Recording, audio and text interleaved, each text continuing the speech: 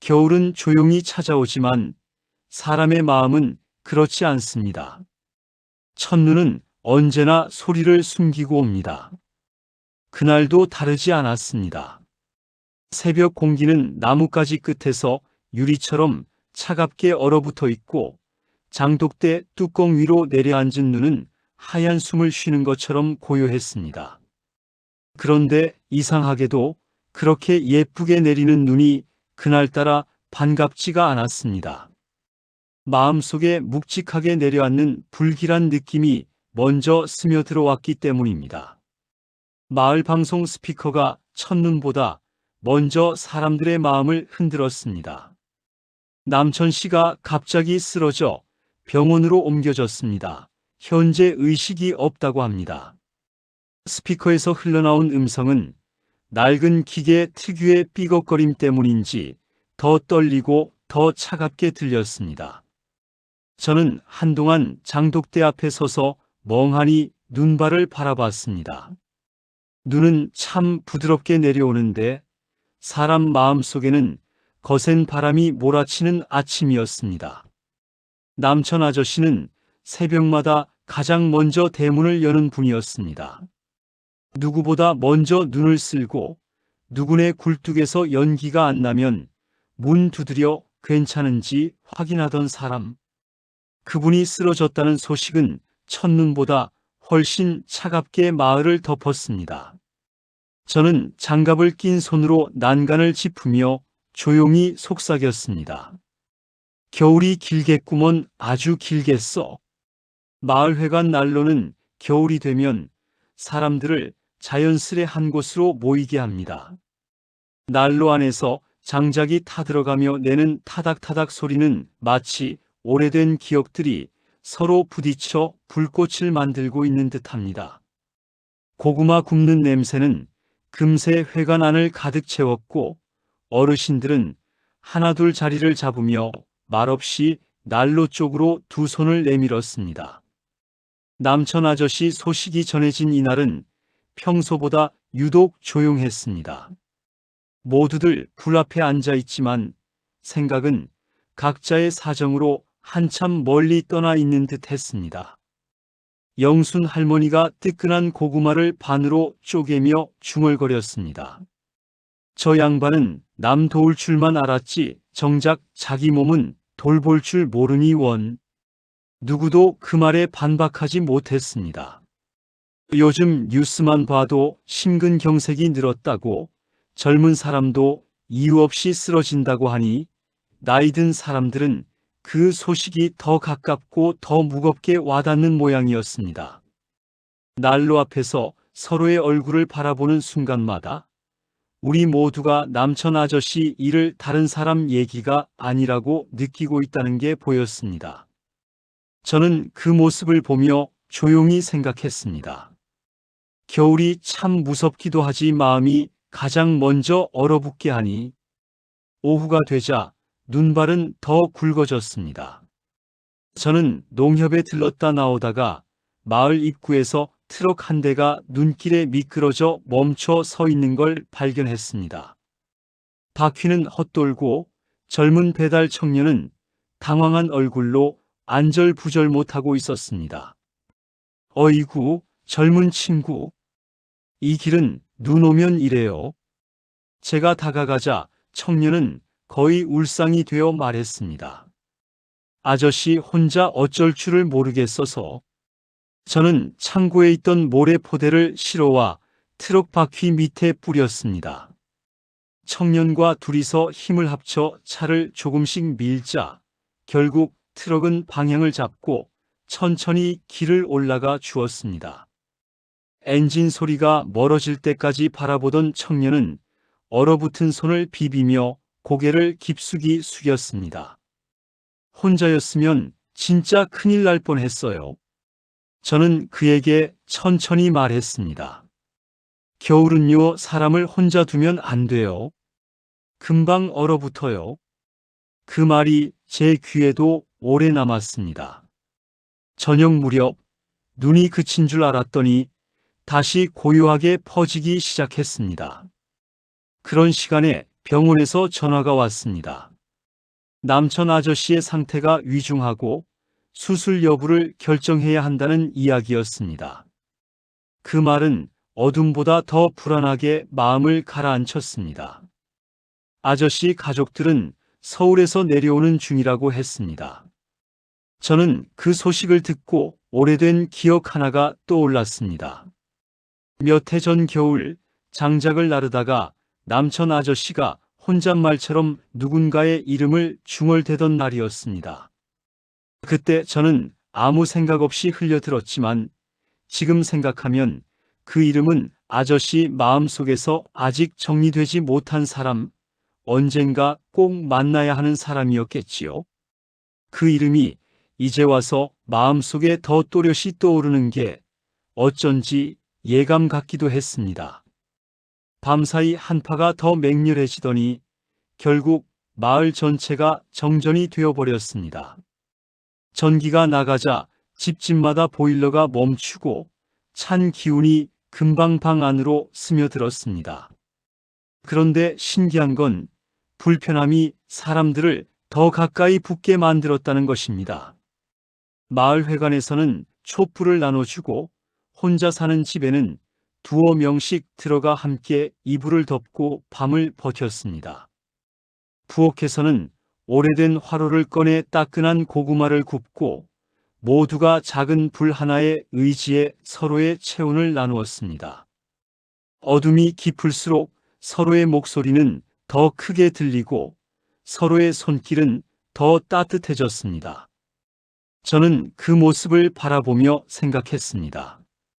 이래서 겨울은 외롭지가 않지. 서로 붙잡고 버틸 사람이 있으니까. 아침까지 전기가 오지 않자 저는 시내로 가는 버스를 타고 병원으로 향했습니다. 병원 복도는 특유의 소독약 냄새와 차가운 공기가 뒤섞여 있었고 인간이 참 작아지는 공간 같았습니다. 남천 아저씨 자녀 둘은 병실 앞 의자에 앉아 있었습니다. 한 사람은 서울 회사 일 때문에 전화기를 붙들고 급하게 얘기하고 있었고 또 한 사람은 밤새 울었는지 눈이 빨갛게 부어 있었습니다. 저는 병실 문턱에 걸린 조그만 불빛을 바라보며 천천히 숨을 들이쉬었습니다. 세상은 빠르게 변해도 부모의 병상 앞에서 흐르는 시간은 언제나 느립니다. 거기서 사람은 누구나 자식이 되고 누구나 약해집니다. 병원에서 나오자 눈발이 다시 흩날리기 시작했습니다. 바람이 얼굴을 스치며 작게 속삭이는 듯 했고 머리 위로 떨어지는 눈은 세상의 소리를 잠재우듯 고요했습니다. 집으로 돌아오는 길에 바람에 밀린 종이 한 장이 제 발등 위로 날아와 붙었습니다. 얼어붙은 손으로 조심스레 펼쳐보니 그것은 남천 아저씨가 쓰던 일기장의 한 페이지였습니다. 젖은 종이 위에 남아있는 글씨는 짧았습니다. 올 겨울엔 꼭 화해해야겠다. 누구와 화해하려 했는지 쓰여 있지 않았지만 저는 바로 떠오르는 얼굴이 있었습니다. 마을에서 평생 등을 돌리고 살아온 칠수 아저씨. 두 사람 사이의 골은 오래됐고 서로의 고집은 더 오래됐지만 그래도 마음속에서는 늘 저 문장을 품고 있었던 건지도 모릅니다. 저는 젖은 종이를 접어 조심히 주머니에 넣었습니다.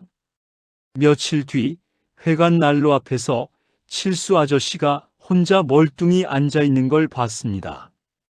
불은 활활 타오르고 있는데 그 앞에 앉은 칠수 아저씨 얼굴은 어둡고 조용했습니다. 그리고 아주 작은 목소리로 말했습니다. 죽기 전에 얼굴 한번 보자던디 그 양반이. 그 말은 난로 속 장작이 툭 하고 부러지는 소리보다도 작았지만 사람 마음을 찌르는 데는 충분했습니다. 마을 사람들은 모두 알고 있었습니다. 둘이 왜 틀어졌는지, 그리고 그것이 사실은 오래된 오해 하나 때문이었다는 것도. 저는 잠시 아저씨 옆에 앉아 조용히 말했습니다. 겨울이 길래요. 칠수 형님. 칠수 아저씨는 고개만 끄덕였습니다. 며칠 만에 전기가 돌아오자 스피커 테스트를 겸한 마을 방송이 울렸습니다. 그런데 이어진 한 문장은 마치 온 마을에 따뜻한 바람을 불어넣는 것 같았습니다. 남천 어르신, 수술은 성공적으로 끝났습니다. 그 한마디에 사람들은 서로를 바라보며 숨을 길게 내쉬었습니다. 누구는 엉겁결에 웃음을 터뜨리고 누군가는 전화를 붙들고 먼저 이 소식을 전했습니다. 난로 위에는 다시 고구마가 올려졌습니다. 불이 다시 타오르는 것처럼 사람들의 마음도 조금씩 환하게 피어올랐습니다.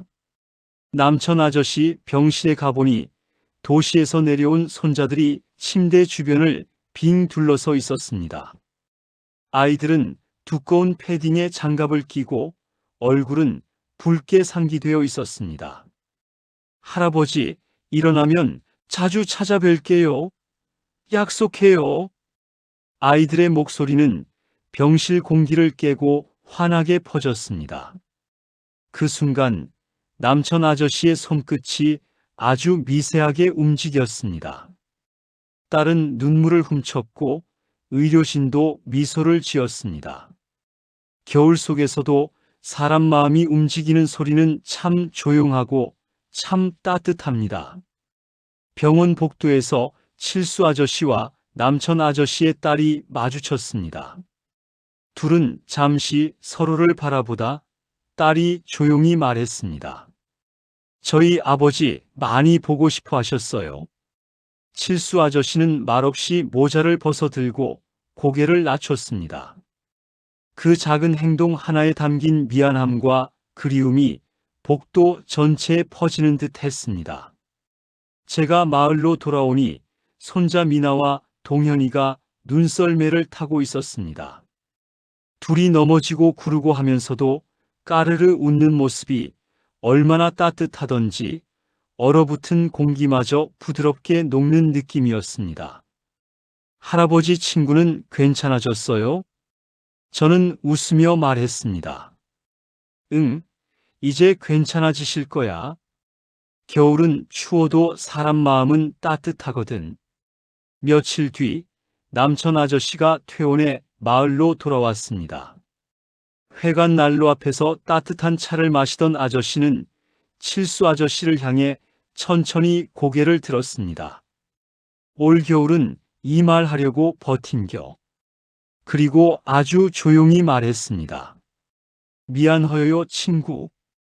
그 말에 칠수 아저씨는 한참 동안 아무 말도 하지 못하다가 나중에서야 작게 대답했습니다. 내도 미안해요. 그 순간 몇십 년 쌓인 겨울이 한순간에 녹아내렸습니다. 마을 회관 밖에서는 얼음이 서서히 녹고 있었습니다. 햇살이 장독대에 부서지고 지붕에서 떨어지는 물방울이 톡톡 소리를 내며 봄이 오는 길을 열고 있었습니다. 남천 아저씨와 칠수 아저씨는 함께 마을길에 눈을 치우며 서로 농담을 주고받았습니다. 사람들은 다시 예전처럼 서로의 굴뚝을 바라보며 슬며시 안부를 챙겼습니다. 겨울은 여전히 차갑지만 사람들 마음속에는 봄이 천천히 움트고 있었습니다. 마지막 남천 아저씨의 말이 오래 남았습니다. 겨울이 아무리 길어도 봄은 꼭 오는 기라. 저는 그 모습을 바라보며 조용히 생각했습니다. 겨울을 지나게 하는 힘은 결국 사람이라는 것을.